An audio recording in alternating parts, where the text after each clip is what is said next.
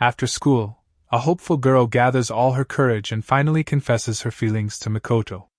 But without hesitation, he immediately turns her down. His only reason? Some vague mention of his home circumstances. The rejection cuts deep. Tears well up in her eyes as Makoto bows formally, his apology cold yet polite. Unable to bear it, the girl bursts into tears and runs away. But just as she disappears, Makoto does something strange. He turns and thanks a mysterious sensei hiding nearby. He explains his reasoning. He never believed the confession was real. In his eyes, it was nothing more than a cruel prank. The teacher steps out from behind a tree, clearly frustrated. It isn't the first time Makoto has dragged her into one of his cold rejections. Yet no matter how much she scolds him, his eyes remain icy and filled with unwavering resolve. He thanks her for her time and tries to walk away. But before he can, she warns him. At this rate, you'll never make friends. Makoto doesn't even flinch. I don't need any, he says bluntly. Still, she reaches out in desperation, begging him to stay and listen. Finally, he speaks. He reveals a deep wound buried in his heart. A vow he made long ago, to never, ever be fooled by a fake confession again. And then, the flashback begins. Back in grade school, Makoto was a completely different boy. A class clown, always smiling, always trying to make the girl he liked laugh. Her laughter was his greatest joy. But one day, during a playful chase, everything changed. The girl tripped and fell hard, scraping her knees. Her friends saw the accident from afar, and without hesitation, they blamed him. Makoto froze in shock, his mind racing. His first instinct was to help. After all, he always carried band-aids just in case. But the weight of their accusations crushed him. Overwhelmed, he panicked and ran away. When he finally returned, determined to make things right, it was already too late. The girl's friends blocked his path, calling him a coward for running. And soon, rumors spread like wildfire. In the eyes of his classmates, he became the villain. Whispers. Finger-pointing. Isolation. It all piled up, leaving him completely alone. Even at home, the storm followed him. Though his family gave him small moments of comfort, the poison of rumors seeped in. His mother confronted him directly, demanding an explanation.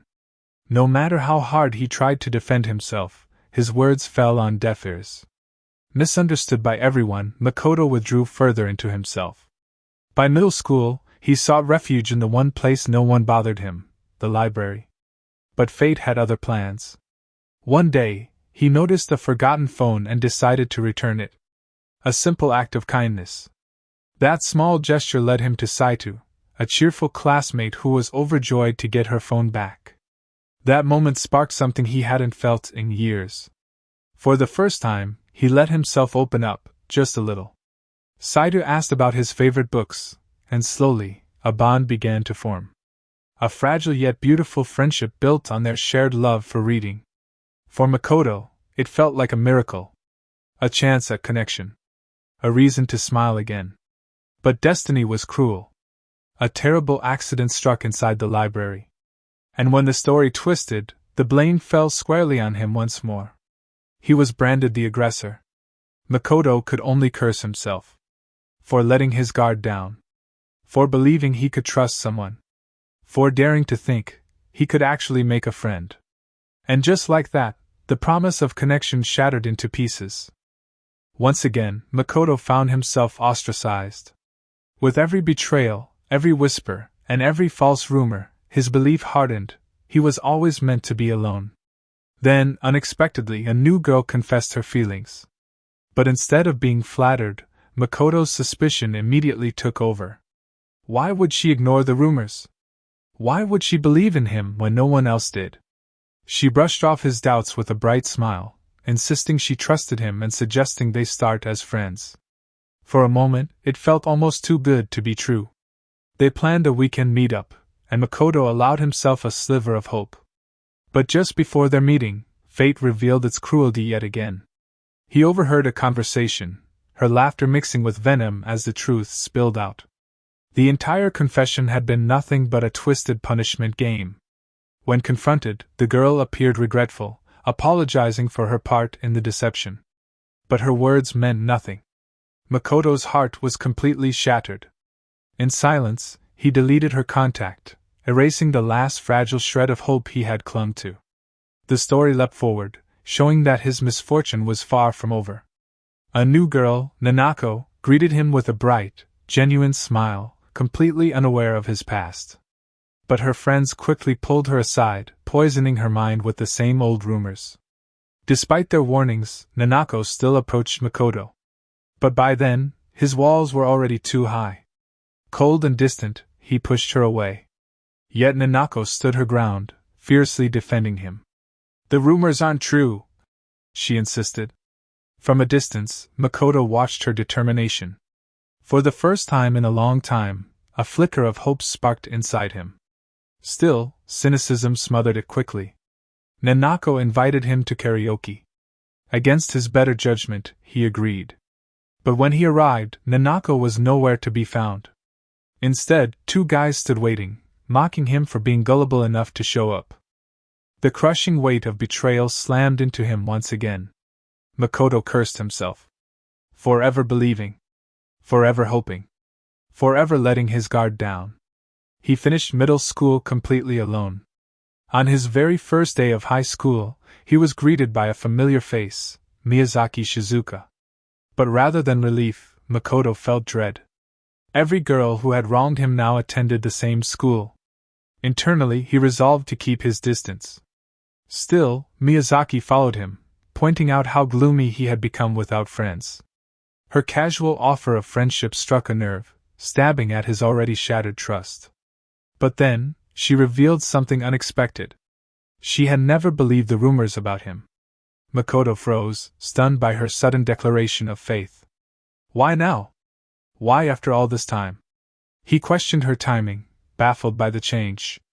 Miyazaki smiled softly, suggesting they return to their old carefree dynamic. Her hopeful expression pleaded with him to accept. She explained her past reluctance and newfound courage. But Makoto, still scarred, begged her to stay away. Miyazaki didn't back down. She took responsibility for their broken bond, apologizing with eyes full of regret. She revealed a surprising truth from their past, insisting he stop pushing her away. But Makoto's guard remained ironclad. "It's too late for apologies," he told her. Still, she reached out, desperate to explain herself. Back home, his sister questioned his lateness, immediately suspecting Miyazaki's involvement. Makoto gave a formal apology, trying to excuse himself. But his sister wouldn't let it slide. She commented on his changed demeanor, remembering the happier boy he used to be. Their mother entered with a cheerful announcement. She wanted to celebrate his first day of high school with a family dinner.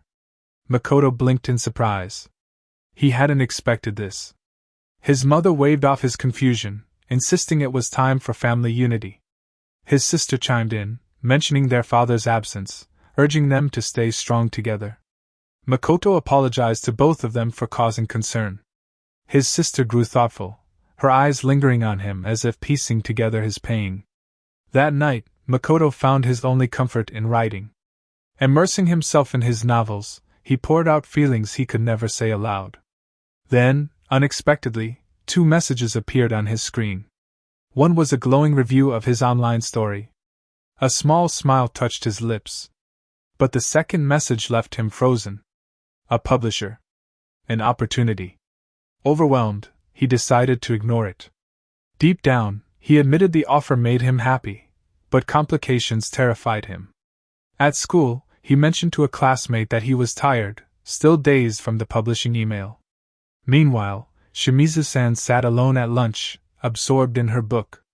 Makoto noticed her isolation and recalled the rumors that trailed her as well. To his surprise, Shimizu asked if she could join him. He was caught off guard. She finished her lunch quickly, eager to talk. Makoto felt the sting of the past. Her friendly approach reminded him of betrayals he had lived through.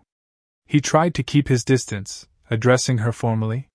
Still, when she offered her book, he hesitated, then asked to borrow it once she was done. It was a small gesture. A fragile thread of connection. Other students watched in quiet shock, surprised to see Makoto engaging with anyone at all. Shimizu admitted, with a strained laugh, that she too was often the victim of cruel rumors. For the first time in ages, Makoto felt something stir inside. He realized this was the first genuine conversation he'd had in a long time. A strange contradiction gnawed at him. Even he couldn't explain why he'd reached out. On the way home, his sister offered to help carry his things, but he refused, mentioning their mother. Alone with his thoughts, he wondered, why had he even spoken to Shimazuka? Lost in thought, Makoto suddenly spotted Shimazuka walking just ahead of him. As she passed, whispers followed her, students gossiping and calling her a delinquent. One of them frowned in confusion, pointing out her odd smile and the way she wore her uniform. Makoto watched silently, his face carefully neutral. Shimazuka, however, paused. Her expression shifted, thoughtful at first, then sharp, as if a sudden realization had struck her. Not long after, Makoto walked side by side with another girl. From behind, Shimazuka quietly observed them. Makoto glanced back, suspicion flickering in his eyes. The girl beside him fanned the flames of rumor, gossiping about Shimazuka. But then, unexpectedly, she turned her words on Makoto. She asked him directly about their past closeness. Makoto froze, caught off guard by the sudden question.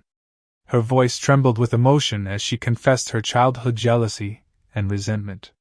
She revealed the truth of a past betrayal, accusing Makoto of hurting her. Yet, in the same breath, she defended him, declaring her newfound belief in him and dismissing the rumors. Makoto steeled himself, his resolve hardening. He would not repeat past mistakes. Still, the girl emphasized her unwavering faith, questioning why he kept addressing her so formally. She wanted something more, a closer connection. Flustered, Makoto abruptly excused himself, leaving her startled by his sudden departure. Later, Makoto immersed himself in his writing, clinging to the comfort it gave him. But the recent conversation lingered in his mind, unsettling him more than he cared to admit. Then, a supportive message from a loyal fan appeared on his screen. He smiled faintly, grateful for the encouragement. For a while, he found a rhythm, writing with ease and losing himself in the flow of words. The next morning, his phone remained silent. No new messages. A heavy disappointment settled in his chest as he made his way to school. And that's when he saw them, two familiar figures up ahead. Miyazaki, and her best friend, Kurosawa Momo. Both froze when they noticed him. Makoto tried to pass by without a word, but Miyazaki's voice rang out, desperate. Makoto! Please, just hear me out, face to face. Kurosawa quickly stepped forward, introducing herself.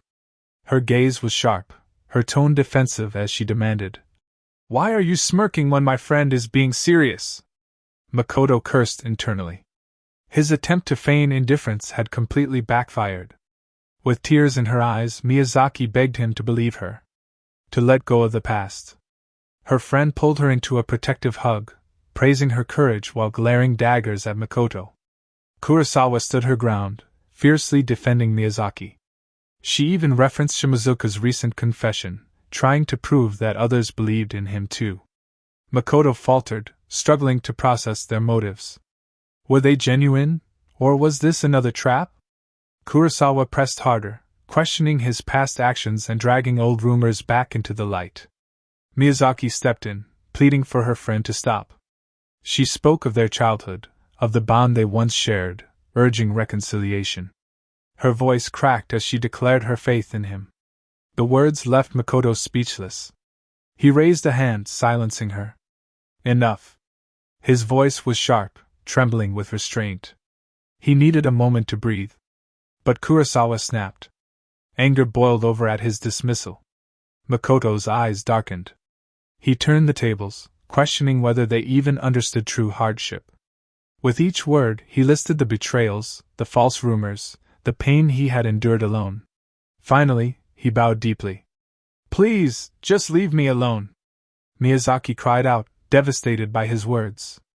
But Makoto's voice cut through the air, cold as ice. "The damage is already done. Kurosawa fell silent, her expression unreadable. Later, in class, Makoto sat alone, his thoughts a storm. From across the room, Kurosawa's phone buzzed. A mischievous glint lit her eyes as she scrolled rapidly, completely absorbed in a web novel. Makoto observed her curiously, noticing how she chugged her drink without once looking away from the screen. Her face flushed with excitement at whatever she was reading. He frowned. On his own phone, no new messages had arrived. A sharp sting of disappointment stabbed at him. Then, unexpectedly, a glowing notification appeared. A message from his fan, Pamechko, praising his latest chapter. Relief and warmth washed over him. He carefully considered his reply, wanting to sound cool, not desperate. For the first time in a while, a small, genuine smile spread across his lips. But just then, Kurosawa turned around. Her intense stare locked onto him, leaving him utterly confused. He watched as her frantic typing continued. And then, his phone buzzed again. A new message. From Pamechko. His chest tightened. His eyes darted to Kurosawa. She fumbled, flustered, and dropped her phone.